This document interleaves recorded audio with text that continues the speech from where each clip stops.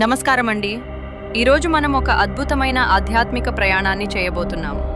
రావులపాలెం నుండి కొత్తపేట మీదుగా ముక్తేశ్వరం రేవుకు చేరుకుని అక్కడి నుండి గోదావరి పాయపై పంతు ఫెర్రీ ఎక్కి కోటిపల్లి చేరుకున్నాం.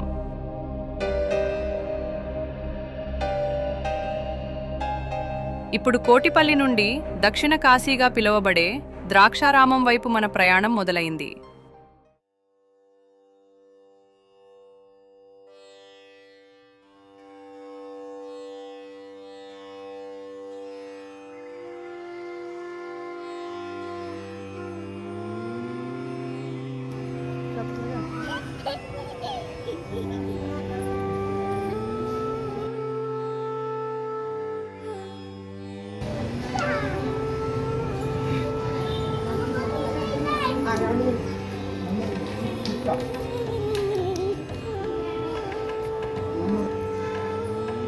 కోటిపల్లి నుండి ద్రాక్షారామం సుమారు 12 నుంచి 15 కిలోమీటర్లు.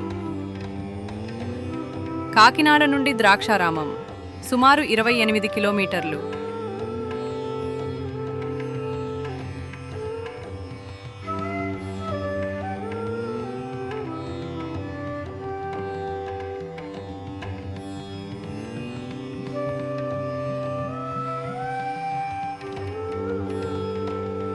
ఆలయ వేళలు ఉదయం 6 నుండి మధ్యాహ్నం 12 వరకు, మళ్లీ సాయంత్రం 3 నుండి రాత్రి 8 వరకు. పండుగ రోజుల్లో సమయాలు మారవచ్చు.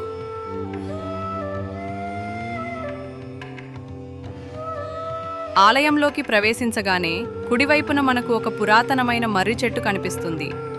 దీని కింద అనేక నాగశిలలు ప్రతిష్ఠించబడి ఉంటాయి.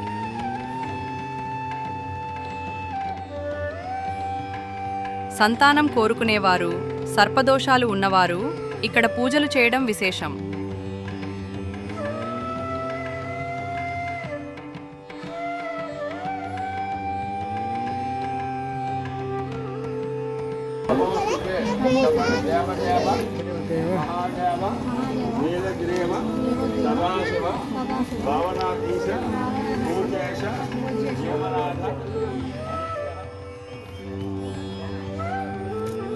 ఆ చెట్టు నీడలోనే ఒక చిన్న శివలింగం కూడా మనకు దర్శనమిస్తుంది.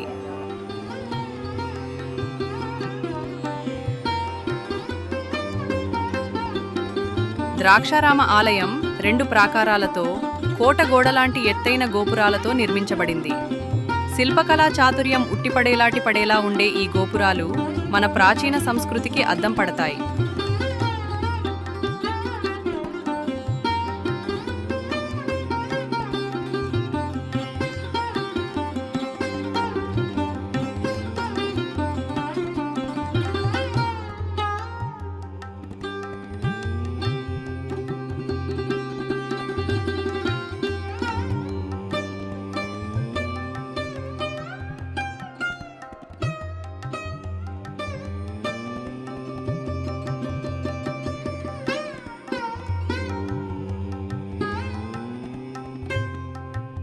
ఇక్కడి నందీశ్వరుడు అత్యంత శక్తివంతమైన వాడని నమ్మకం.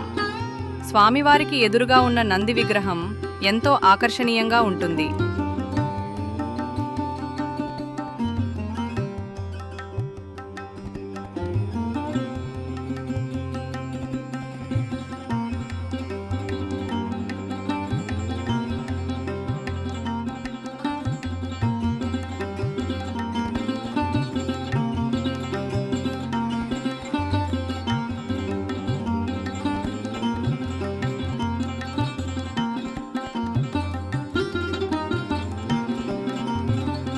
ద్రాక్షారామ ఆలయం చుట్టూ ఉన్న ప్రాకారాన్ని చూస్తే అది ఒక పెద్ద కోటలా కనిపిస్తుంది.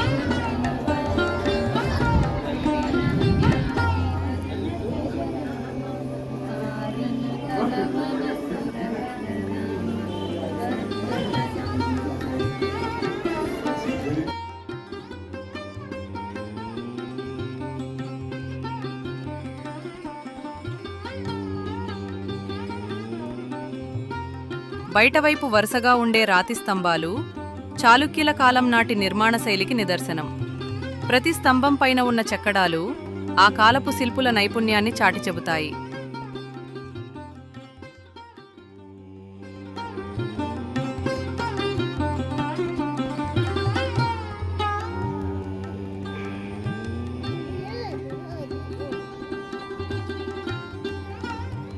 దూర ప్రాంతాల నుండి వచ్చే భక్తులు, ముఖ్యంగా పూర్వకాలంలో నడుచుకుంటూ వచ్చేవారు, విశ్రాంతి తీసుకోవడానికి ఈ స్తంభాల మధ్య ఉన్న ఖాళీ ప్రదేశాలను, మండపాలను ఉపయోగించేవారు. ఇక్కడి రాతి కట్టడం వల్ల ఎండాకాలంలో కూడా ఈ స్తంభాల నీడలో చాలా చల్లగా ఉంటుంది. ఆ ప్రశాంతత భక్తులకు ఒక రకమైన ధ్యాన ముద్రలోకి తీసుకెళ్తుంది.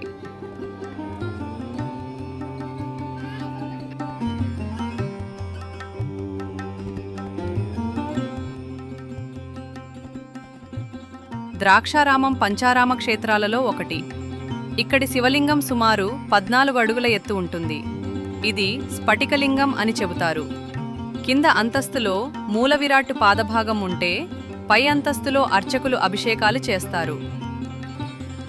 ఇక్కడి స్వామిని భీమేశ్వరుడు అని, అమ్మవారిని మాణిక్యాంబ, అష్టాదశ శక్తి పీఠాలలో ఒకటి అని పిలుస్తారు.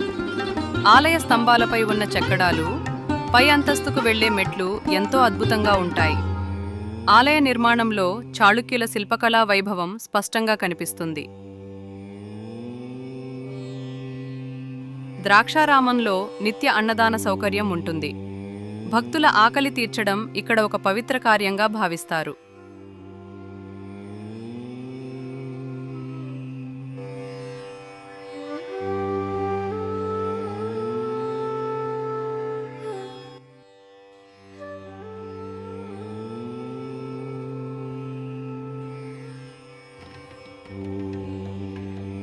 చూశారు కదా, కోటిపల్లి గోదావరి పరవళ్ళు, ద్రాక్షారామ భీమేశ్వరుని దర్శనం.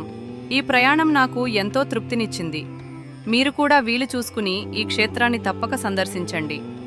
ఈ వీడియో మీకు నచ్చినట్లయితే లైక్ చేయండి, షేర్ చేయండి మరియు మన ఛానల్ని సబ్స్క్రైబ్ చేసుకోండి.